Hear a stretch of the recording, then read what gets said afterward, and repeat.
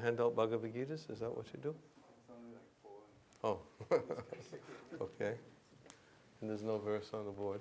Okay, so it's all me. Tasmāt bhavanyo vyakto. Oh, are we going to do it with only 4 Bhagavad Gitas? Is that how you? Tell me how you usually do it. I'm just a stranger around here. Huh? I don't think we should. I think you should do it. Because there's no verse. I see no verse. Although I was given one, so I just assumed I was given one so they could write it on the board. But I guess that was, no, not the way it's done. Okay. Tasmāt bhavanyo vyakto vyaktāt sanātanaḥ yaksa sarveṣu bhūteṣu naśyatsu na vinaśyati. We can do the word for word. Paraḥ, transcendental. Tasmāt, to that. To, but. Bhāva, nature. Anyaḥ, another. Avyaktaḥ, unmanifest. Avyaktāt, to the unmanifest. Sanātanaḥ, eternal. Yasa, that which. Sarveṣu, all. Bhūteṣu, manifestation. Naśyatsu, being annihilated. Never. Vinaśyati, is annihilated. Yet there is another unmanifest nature which is eternal and is transcendental to this manifested and unmanifested matter. It is supreme and is never annihilated. When all in this world is annihilated, that part remains as it is. Purport. Krishna's superior spiritual energy is transcendental and eternal. It is beyond all the changes of material nature, which is manifest and annihilated during the days and nights of Brahma. Krishna's superior energy is completely opposite in quality to material nature. Superior and inferior nature are explained in the 7th chapter. End of purport. Tasmāt bhavanyo vyakto vyaktāt sanātanaḥ sarveṣu bhūteṣu naśyatsu na vinaśyati. Yet there is another unmanifest nature, which is eternal and is transcendental to this manifested and unmanifested matter. It is supreme and is never annihilated. When all in this world is annihilated, that part remains as it is.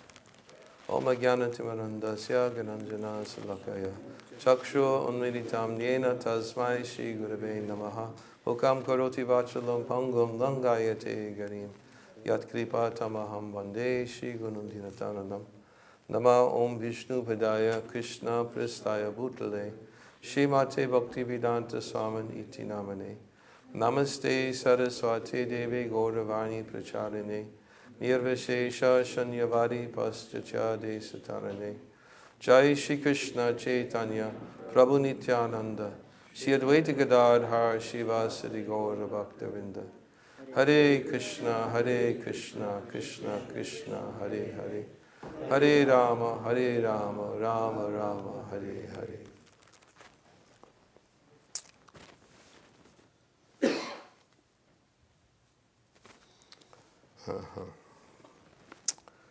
Okay. So, the word here, which is significant, is vyakto or avyaktaḥ. Avyaktaḥ means unmanifest. And Krishna is explaining here the difference between the material nature, which goes through the process of manifestation and unmanifestation, and the avyakta, which is sanātanaḥ, which is also described in this verse. The avyakta, which is sanātanaḥ, means that which is eternal. And elsewhere in the Śrīmad Bhagavatam, Srila Prabhupada explains this point in one commentary, I believe it's in the 3rd canto, which means that, oh Krishna, I forgot to turn off my phone. Sorry, can you get that phone? Now I'm the culprit.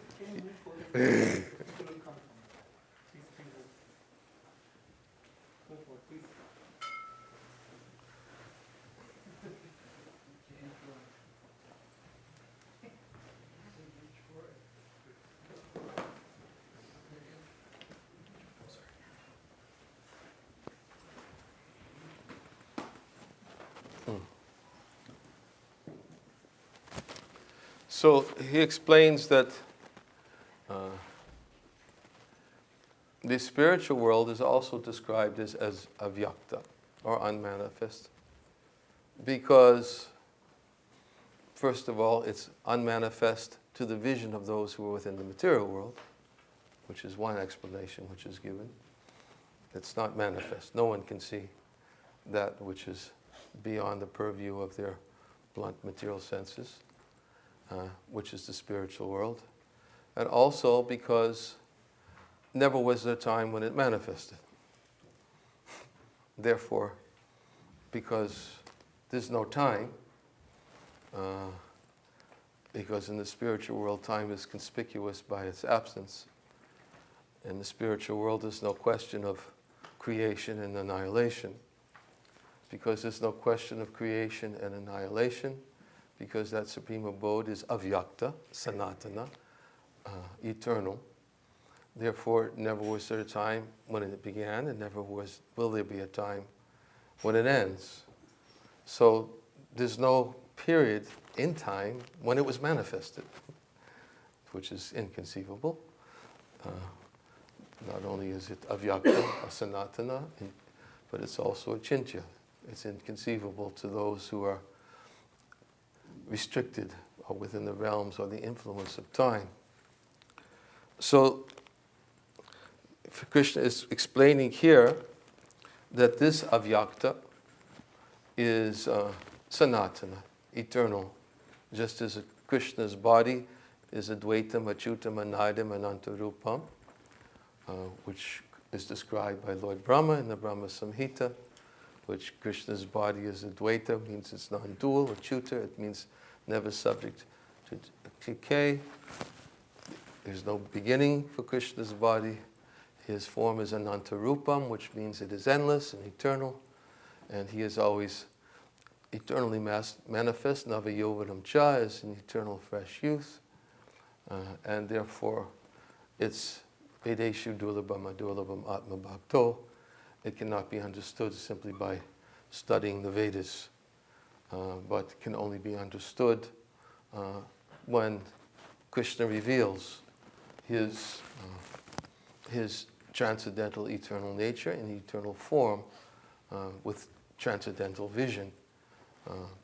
Just as he told Arjuna, I have given you the vision by which you can see me as I am standing here before you, and only the way that you can actually see me in this way is by undivided devotional service, and thereby you can become qualified to see that which cannot be perceived with mundane eyes or conceived with simply mundane intelligence.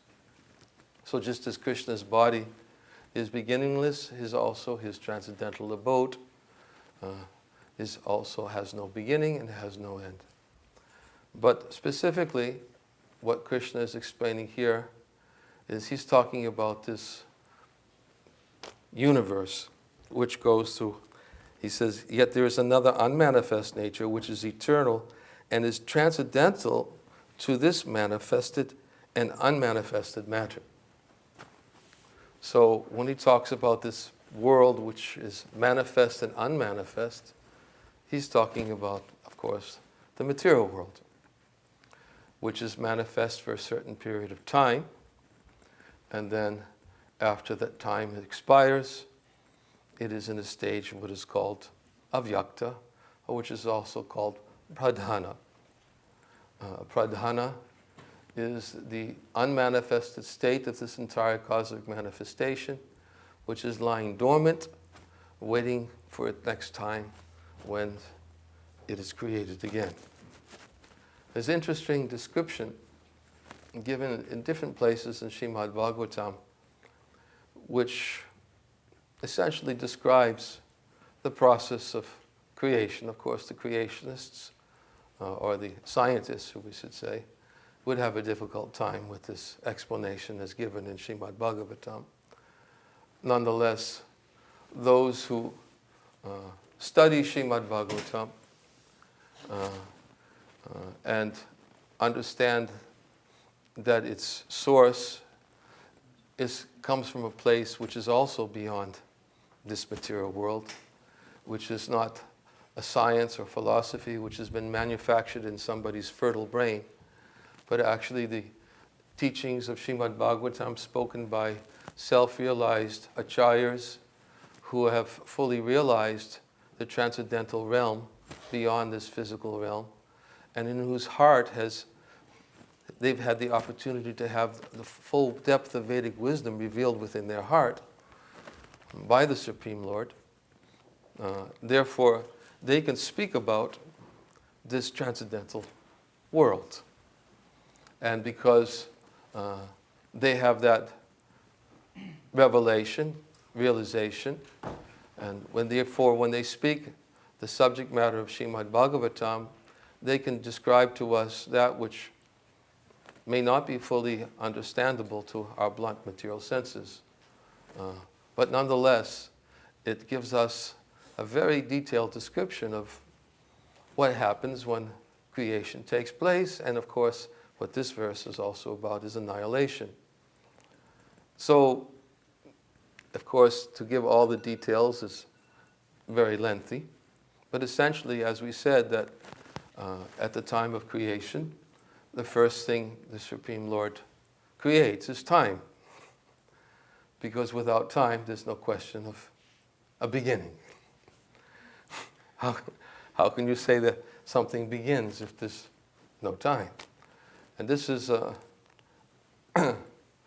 described in the third canto of the Srimad Bhagavatam, where it's described that first there is the creation of kala, or eternal time, and then the ingredients of material nature are created. Then there's false ego, and then false ego is created.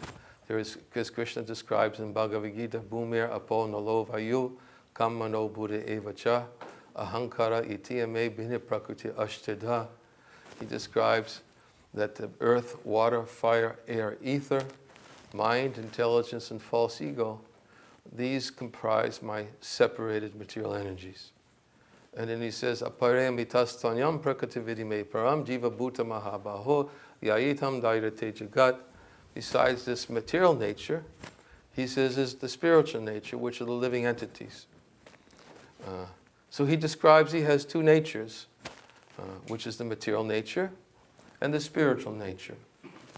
Vishnu Shakti para prokta kshetra gyakyatata para avijakama samgyana tritiya shaktir ishate. The potencies of the Supreme Lord are summarized in three categories.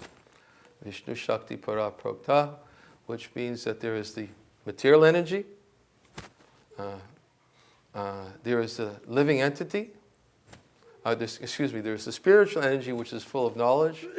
There is the living entity who belongs to the spiritual energy, but he can come under the influence of the third energy, which is matter and is visible in fruitive activities. So he summarizes, this is Vishnu Purana, summarized the potencies of the Lord in three categories: material, the living entities, jiva bhuta mahabhaho, which are the living entities, and then the material nature. So the living entity can come under the influence of either the internal spiritual nature, or can come under the influence of the temporary material nature.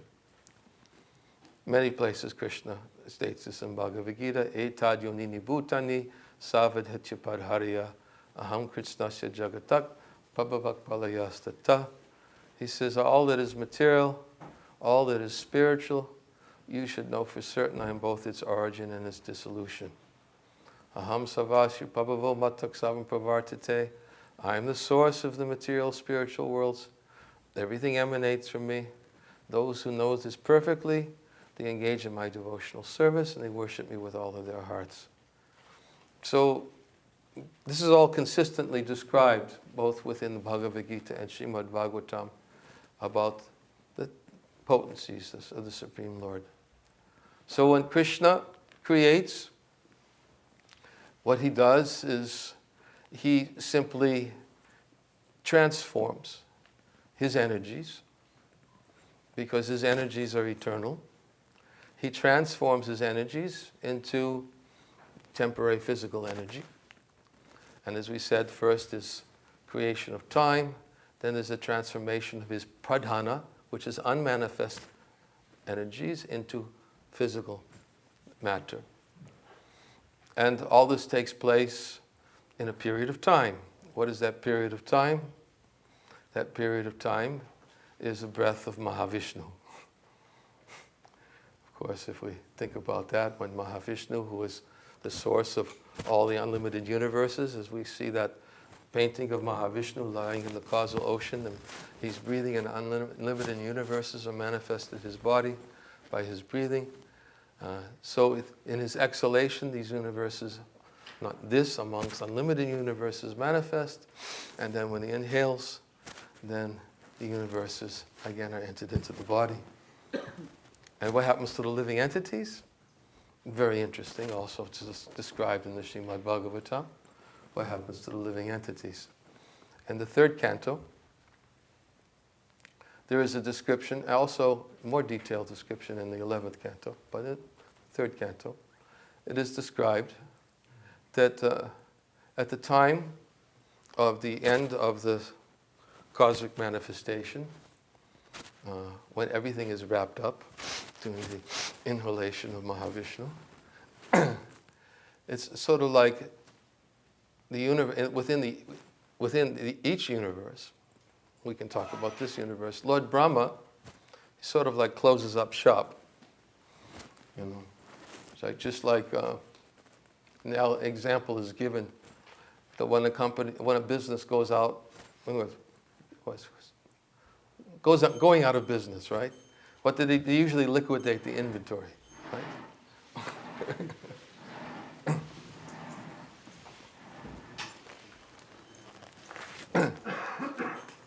So in the same way, in the material universe, just as creation takes place by the transformation of the three modes of material nature into matter, at the time of the universal annihilation, it's described that the first thing that happens is that for 100 celestial years there is a scorching fire that comes into the universe.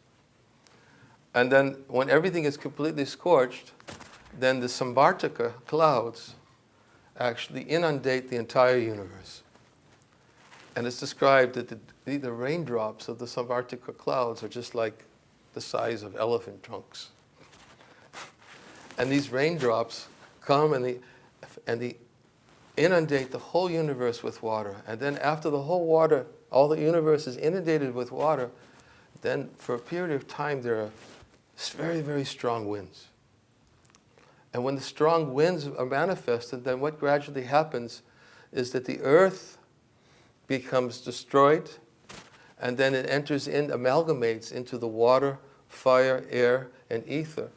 And then by continuation of the strong winds, then the water also amalgamates into fire, air, and ether. And then darkness appears, total darkness appears, And in the earth, fire, there is form. So all form is destroyed. And then what's left is the ingredients amalgamate into the earth and air. And then gradually, all of this becomes completely destroyed, and then it enters into the state which is called avyaktaḥ, unmanifest. Pradhana, unmanifest. So, and what happens with Brahma and all the living entities? Then what happens with Brahma and all the living entities? Well, again, as we said, there's some detailed explanation. There are different Brahmas. There are different Brahmas. There are some Brahmas who are actually very elevated devotees of the Lord. And in our universe, we have a very elevated devotee, Lord Brahma. And those Brahmas, they return to the avyaktaḥ, sanātanaḥ, the eternal spiritual sky. And not only that, but before they go, all perfected souls, all living entities who perfected their existence, they enter into the body of Brahma, and then Brahma goes into the spiritual sky and they accompany him. They go to the spiritual world. And then there are other Brahmas and there are different types of Brahmas. There's Brahmas who are karmis and jnanis and bhaktas. And some Brahmas don't go back to the spiritual world. They enter into what is called the pradhana. And the pradhana is the unmanifested energy of the Lord, which remains for some time within the body of Mahavishnu.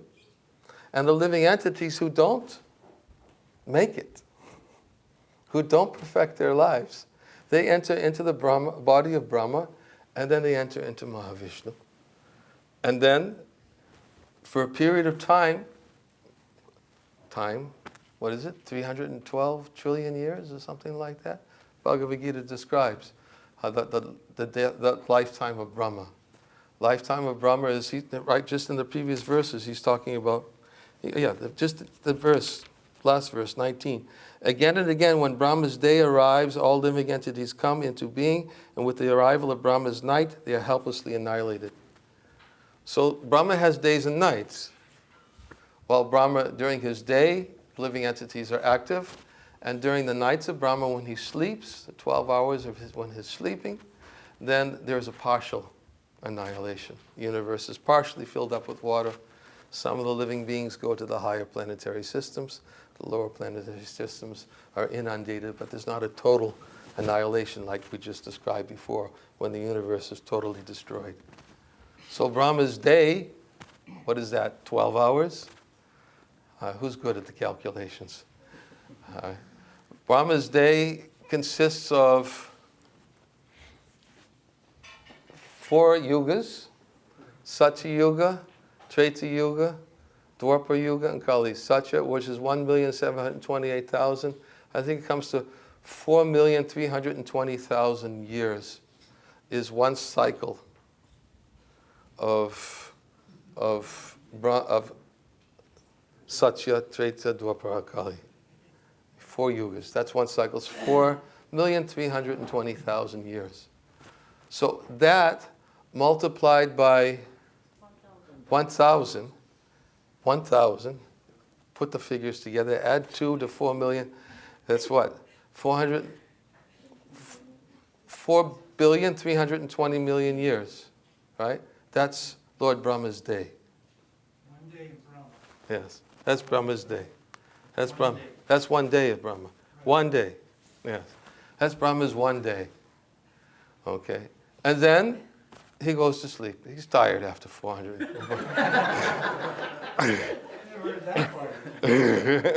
He goes to sleep, of course. Yeah. Yes, he goes to sleep. And while he's sleeping, then the living entities, of course, are, as we described before, there's a partial annihilation. Some living entities go to the higher planetary systems, and they take shelter there because the lower planetary systems are inundated with water. And then when he wakes up again, then there is a partial creation. Everything, the living entities are put back into appropriate bodies. Brahma procreates different bodies that for the living entities to be impregnated within. And then that is Brahma's daytime. So then, of course, day and night, if we take that for 365 days, that's 1 year of Brahma, and Brahma lives for 100 years. Now, the purpose of all this actually, when you think about it, although it's inconceivable, but if we really start calculating and putting it all together, it really makes us feel pretty insignificant. But we'll get to that if there's time, our insignificance. So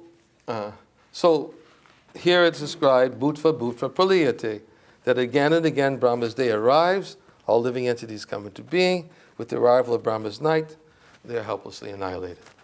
Okay, the ones that we described, which were annihilated during the partial annihilation.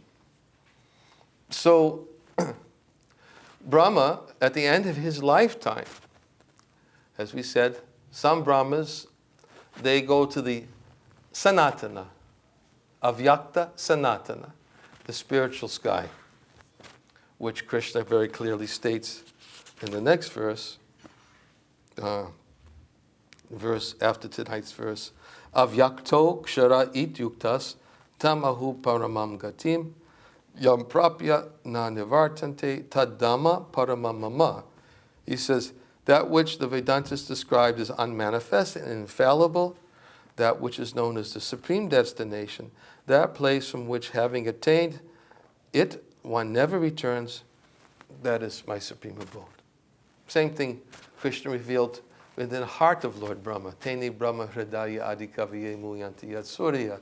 In the beginning of Srimad Bhagavatam, it describes that after Brahma performed his severe austerities and penances, because Brahma is the first created being within the universe, and Brahma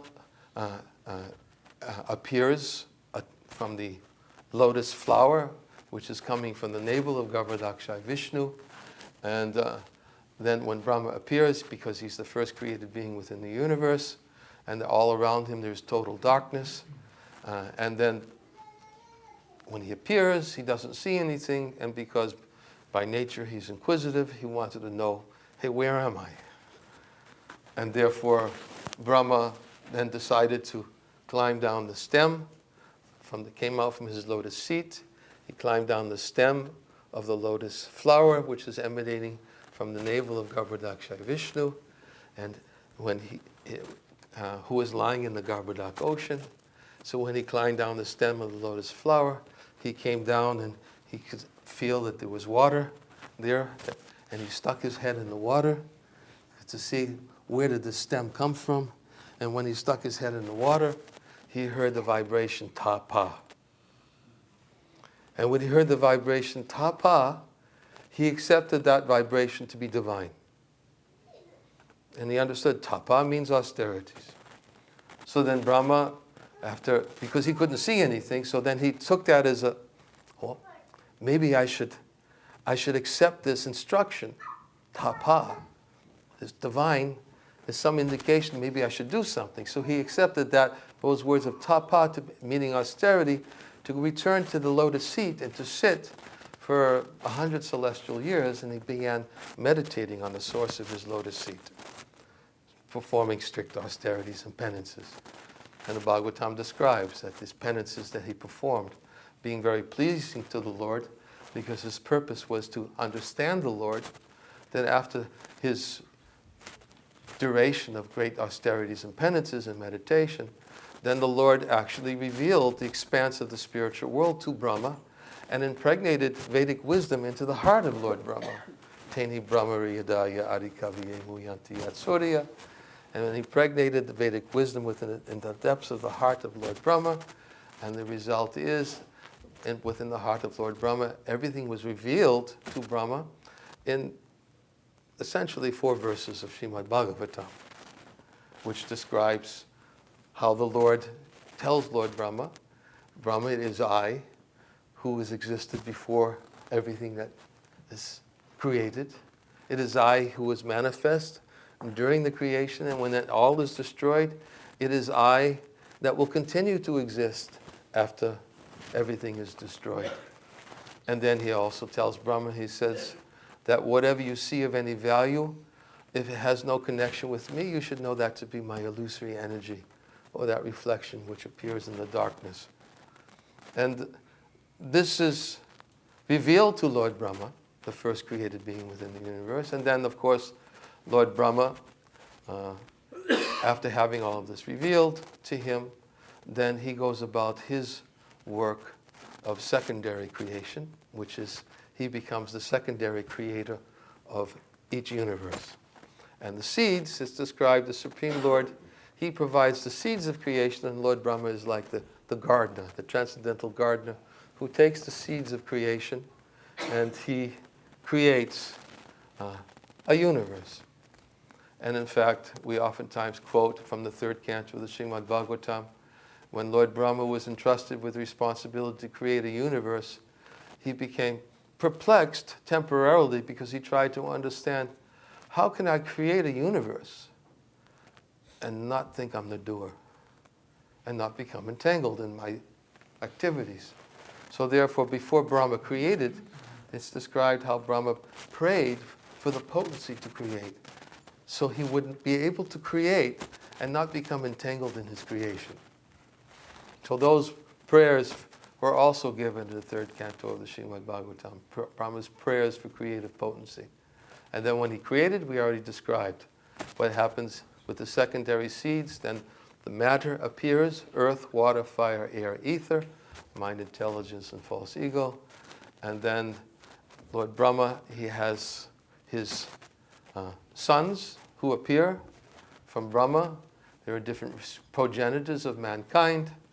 And then these progenitors or prajapatis are created from the body of Brahma. And then the 10th son of Brahma is Narada. And Narada, of course, is the best son of Brahma because he's empowered with bhakti shakti. And it is Narada Muni who travels all over the universe, and after the creation takes place, and awakens even some of the progenitors, like Daksha, for instance. He was one of the sons created, Daksha. He created the different prajapatis, progenitors of mankind, as we said. And then, of course, as the bodies are created, and then what happens is then the Lord, by his glance, Mahavishnu, all the living entities who didn't make it out from the previous annihilation of the universes, they entered into the body of Mahavishnu, and then by his glance, Mahavishnu impregnates the living entities into the womb of material nature, and they take their birth and begin their activities according to their previous, including those Brahmas who didn't go either.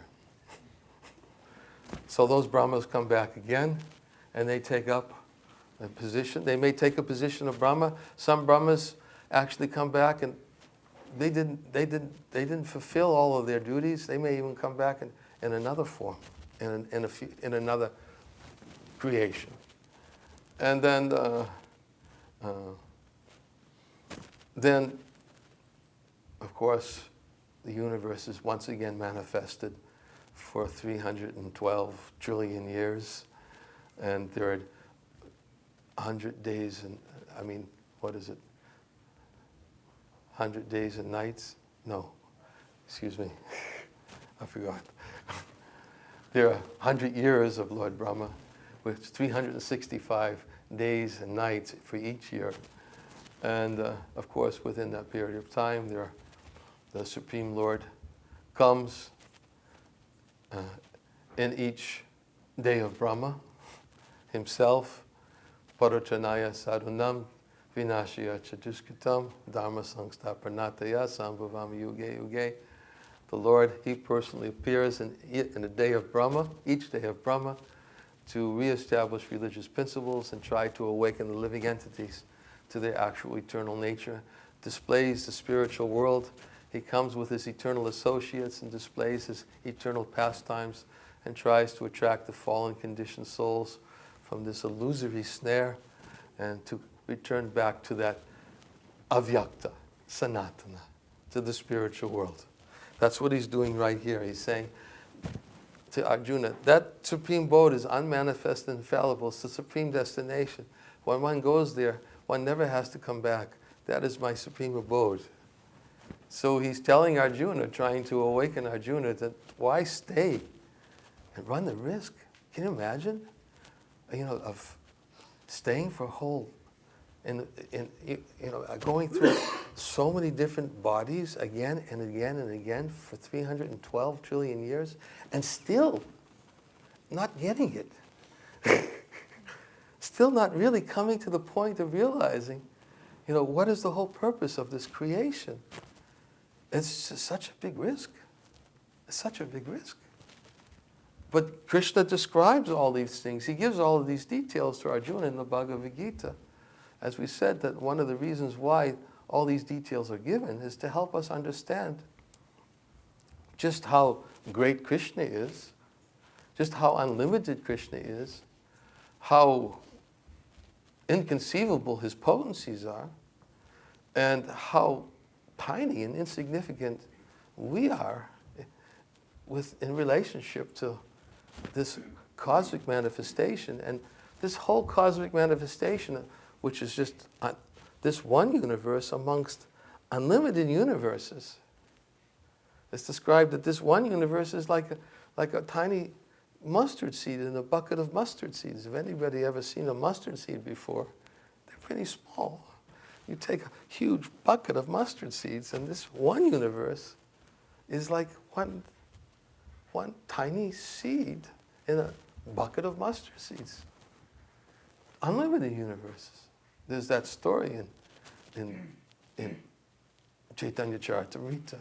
Prabhupada talks about it in teachings of Lord Chaitanya, of when Lord Brahma came to the Supreme Lord, in the spiritual world. He actually came to the palace of Vaikuntha and knocked on the door. The gatekeeper came and said, "Who is it?" He says, "This is Brahma. I've come to see the Lord."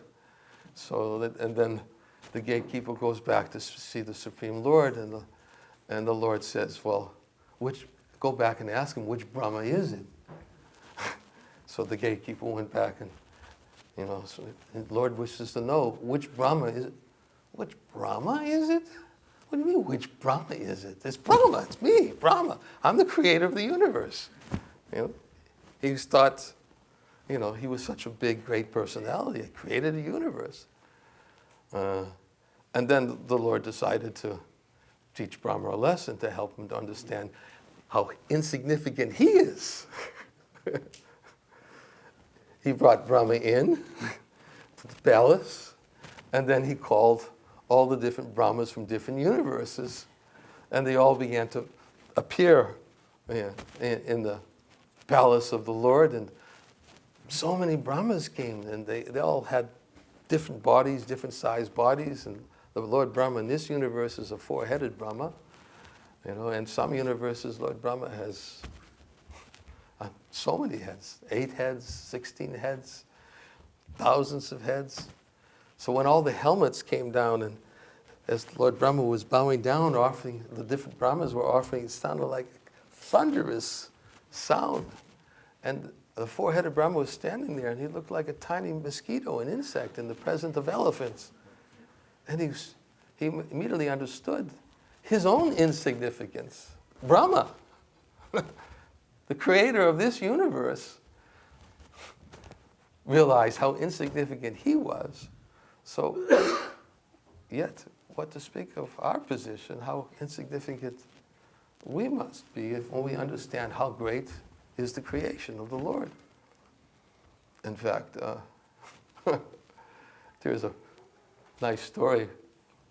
I think it was Tamal Krishna Maharaj. Yes. It's about Tamal Krishna Maharaj? Yeah, I think. At the LA Temple? Yeah, Prabhupada. San Francisco, LA. Huh? San Francisco, LA. San Francisco, LA. San Francisco what? Either Or LA. LA. I think it was LA. I think it was LA. Yeah. it was just essentially he was having a discussion with Tamal Krishna Maharaj, and he was trying to make a point to Tamal Krishna Maharaj. He was kind of, thinking, I don't remember exactly what he said, but he said something to try to emphasize a big responsibility he had to do. And Prabhupada then told Tamal Krishna, he said, actually, in this creation there are unlimited universes. And in all these unlimited universes, there is one universe of which we are in, which there are unlimited planets. And these planets, and it's upper planets, middle planets, lower planets, and in this planetary system, and somewhere in this planetary system, there's this planet which we call Earth. And on this Earth, there are so many continents all over this Earth. And there are 7 continents and so many countries, hundreds of countries. And all these countries have leaders in their countries. And each of those countries have millions of people. And amongst all of these continents and countries, there's this one country called the United States of America. And in this United States of America, there are millions of people. Well, not only millions of people, but there are millions of living entities in all different species of life. Beginning from the germs, to the aquatics, to the reptiles, to the birds, to the beasts, and then human beings. Unlimited living entities. And then that's just in this country. They said, and then in this country, then there is so many cities. And in this one city called Los Angeles. And in Los Angeles, there are millions of people. And there's so many different living entities. And in Los Angeles, there's one place, wherever it was in, where they were, this isn't in Culver City or whatever it was, Culver City. There's one temple. And in this one temple, there is one Tamal Krishna. And he thinks he's very great.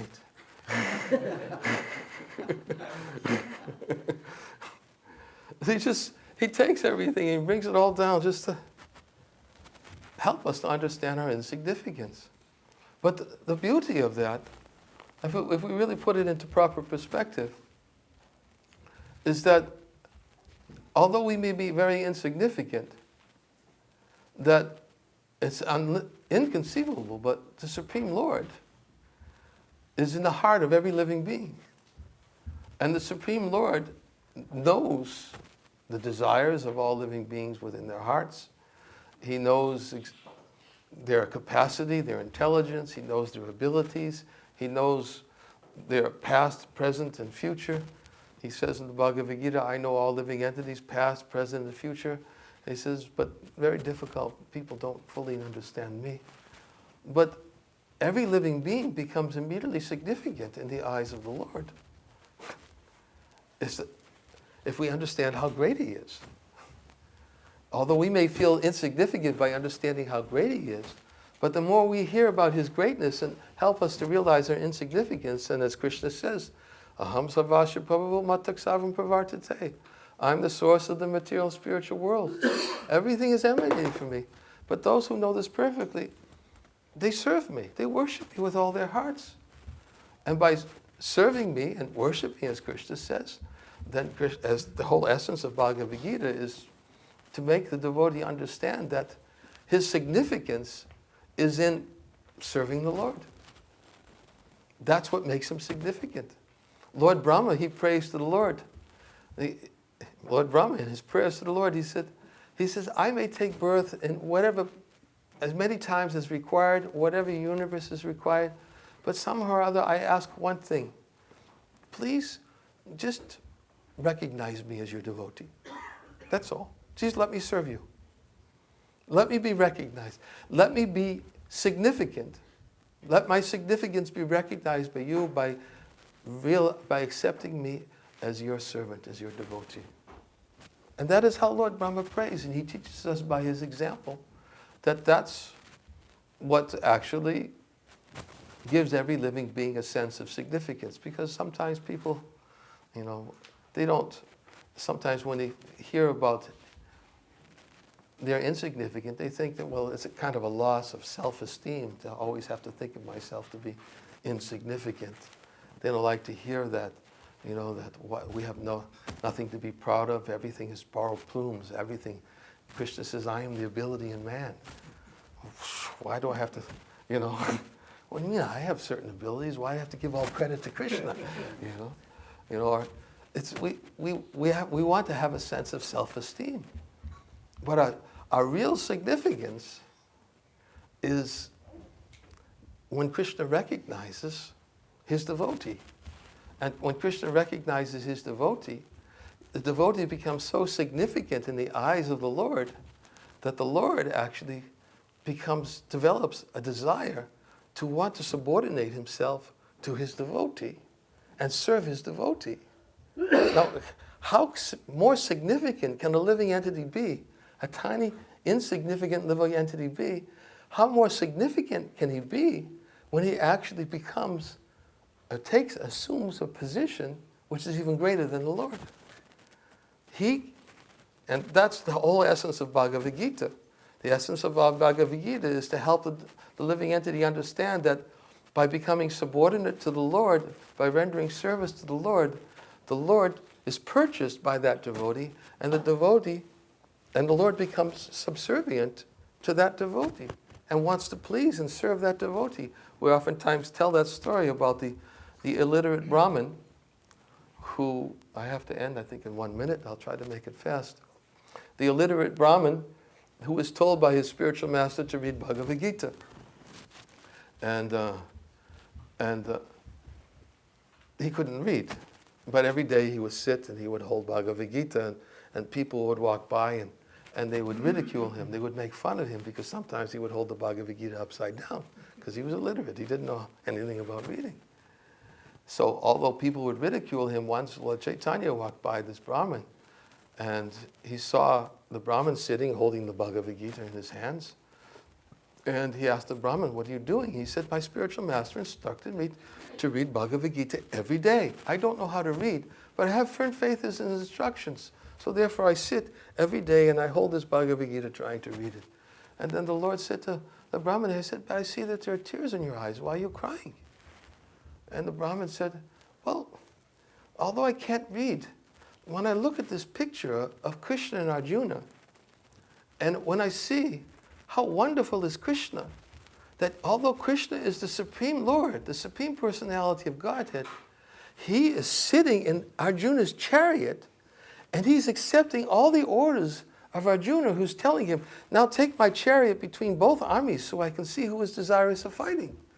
And he is following every order in subordination to his devotee Arjuna.